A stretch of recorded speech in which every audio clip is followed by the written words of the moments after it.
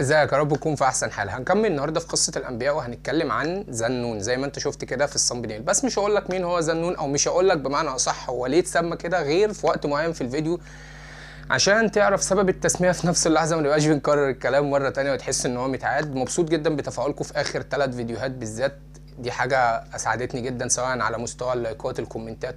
اعملوا شير كتير عشان نوصل لاعلى عدد كمان، واتفاعلوا كمان على الفيديو ده زي ما اتفاعلتوا في الفيديوهات اللي فاتت، واستمروا بالشكل ده عشان نوصل لاكبر عدد من المشتركين واللايكات والكومنتات وكل حاجه. بس يلا بعد الانترو نشوف. انا ما قلتش المقدمه صح؟ بس لو انت بتشوفني اول مره على اليوتيوب تاني ما تنساش تشترك وتفعل الجرس وتكتب كومنت يشجعنا اكمل. يلا بعد الانترو نشوف قصه ذنون عليه السلام.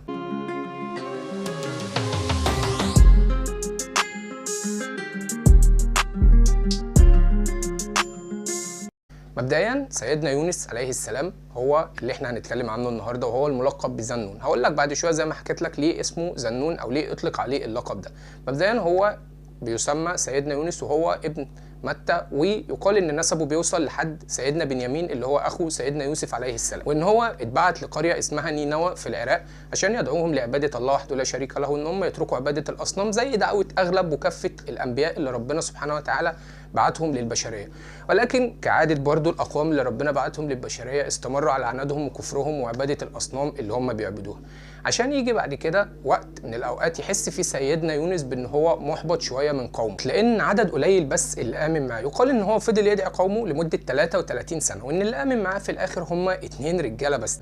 لكن ايا كان اللي امن معاه فهو كان عدد قليل، وده سبب له الاحباط والياس. وقرر هنا سيدنا يونس انه يخرج من القريه دي ويسيبها عشان ينقلنا بعد كده المشهد، لان القريه بتاعته اول لما سيدنا يونس خرج منها ابتدى يظهر عليهم او ابتدى يظهر على القريه دي بوادر العذاب، وان يظهر لهم في السماء سحب مظلمه ويظهر لهم حاجات غريبه.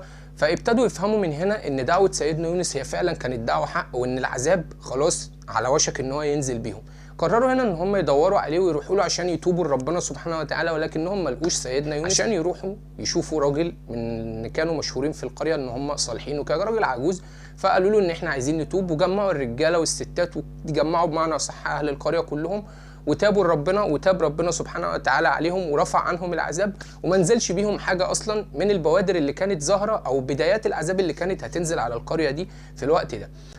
اما بالنسبه لسيدنا يونس فهو لما خرج من القريه فلقى ناس، راح هو ناحيه الشاطئ فلقى ناس معاهم سفينه فيها بضايع وهيركبوا السفينه ويمشوا، فركب معاهم السفينه ومشوا. وبعد ما وصلوا لنص البحر ابتدت الامواج تهيج، وابتدى البحر يبقى مضطرب ويحصل زي كأن الجو فيه عاصفه. فقرر هنا ان اللي راكبين السفينه ان هم عايزين يخففوا الحموله بتاعه السفينه، بس بدل ما يخففوا من البضائع لان اكيد يستحيل ان هم يخففوا البضائع، فقرروا ان هم يخففوا من وزن البشر اللي موجودين على السفينه بان هم يرموا حد من البشر من السفينه. طيب يعملوا ده ازاي؟ قال لك بس نعمل قرعه. عملوا قرعه بالاسامي، حطوا اسم سيدنا يونس معاهم. طبعا اول مره طلع اسم سيدنا يونس هو اللي في القرعه اللي المفروض يترمي يعني. تاني مرة طلع اسم سيدنا يونس، تالت مرة عشان التالتة تبدأ يطلع اسم سيدنا يونس. ده كان ابتلاء من ربنا سبحانه وتعالى. انا مش عايز استخدم لفظ عقاب لاني انا لازم برضه ابقى بتكلم بأدب عن انبياء الله سبحانه وتعالى، فنقدر نقول ان ده كان ابتلاء من ربنا سبحانه وتعالى جراء ان سيدنا يونس خرج من القرية وحس باليأس ومشي من غير ما الله سبحانه وتعالى يأمره ان هو يمشي من القرية، وده ما ينفعش ان هو يحصل. فبالتالي حصل له الموقف اللي احنا هنشوفه دلوقتي. فلما اختاروه ان هو يترمي في البحر، فعلا لما جه الدور عليه 3 مرات رموه في البحر. ولكن سبحان الله زي ما ربنا بيذكر لنا المشهد كده بالتفصيل في القرآن الكريم، قال لك فالتقمه الحوت. الحوت طلع بلع سيدنا يونس عليه السلام، ولكن ما كسرلوش عظمه وما خربشوش، ما عملوش اي حاجه، ما فيش اي حاجه اتاذت في سيدنا يونس. هو مجرد بس تقدر تقول انه كانه كان جوه صندوق. حتى من ضمن الحاجات اللي احيانا لما نحب نقول لغز لطفل صغير او لحد عايزين نعلمه حاجه في قصه سيدنا يونس، نقول له مين القبر اللي صار بصاحبه؟ القبر اللي صار بصاحبه هو الحوت بتاع سيدنا يونس. ليه بقى؟ انا زي ما قلت لك من شويه هو اتسمى ذنون وما قلتلكش هو معناها ايه. النون معناها الحوت، فهو بيتسمى في اللغه يعتبر صاحب الحوت نظرا لان الحوت بلعه ولكنه ما ماتش. بشكل او باخر ادرك سيدنا يونس وهو جوه بطن الحوت ان هو لسه عايش وان هو ما ماتش، لكن الدنيا ضلمه، لكن هو مش فاهم ايه اللي بيحصل، مش عارف ايه اللي بيحصل. مده قعدوا جوه بطن الحوت، في ناس قالت 3 ايام، في ناس قالت 5 ايام. انا مش حابب اتطرق لده لان دي حاجه احنا ما نعرفهاش ومش هتاثر في القصه لا بالافاده ولا بالضرر. لكن ممكن نقدر نبقى بالبديهي كده بنقول انه قعد جوه بطن الحوت الفتره اللي تخليه عايش او قادر انه يعيش من غير اكل وشرب، وكمان حالته النفسيه صعبه لان هو مش عارف هو فين، مش فاهم ايه اللي بيحصل، لكن هو كان عنده ايمان قوي بالله سبحانه وتعالى لانه برضه من انبياء الله. فهنا قرر ان هو يسبح ربنا سبحانه وتعالى بالتسبيح الشهير اللي احنا كلنا كمسلمين قريناه الاف المرات وسمعناه ملايين المرات في القران الكريم، وهو لا اله الا انت سبحانك اني كنت من الظالمين.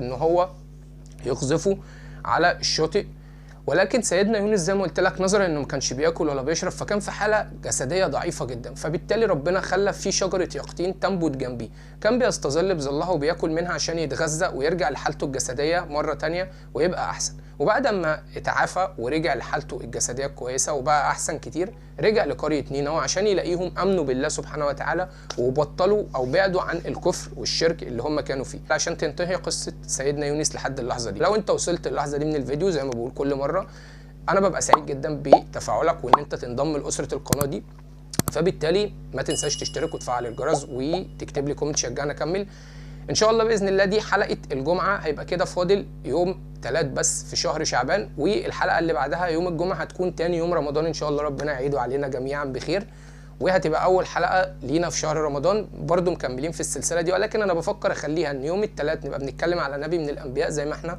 ويوم الجمعه بنتكلم عن مواقف من حياه الرسول عليه افضل الصلاه والسلام من اول ميلاده لحد وفاته صلى الله عليه وسلم، نظرا لان الشهر ده مرتبط عندنا احنا كمسلمين بان هو شهر القران، وبالتالي القران نزل على الرسول عليه افضل الصلاه والسلام. فانا حابب ان انا مش بس افرد له حلقه واحده زي كل الانبياء، ولكن افرد له اكتر من حلقه، لان فعلا قصه حياه النبي عليه الصلاه والسلام في وجهه نظري يعني تقيله قوي ان هي تتعمل في حلقه واحده، محتاجه ان هي تتعمل على كذا حلقه. لكن عموما قولوا لي ارائكم في الكومنتات، انا لسه ما خدتش قرار نهائي في القصه دي.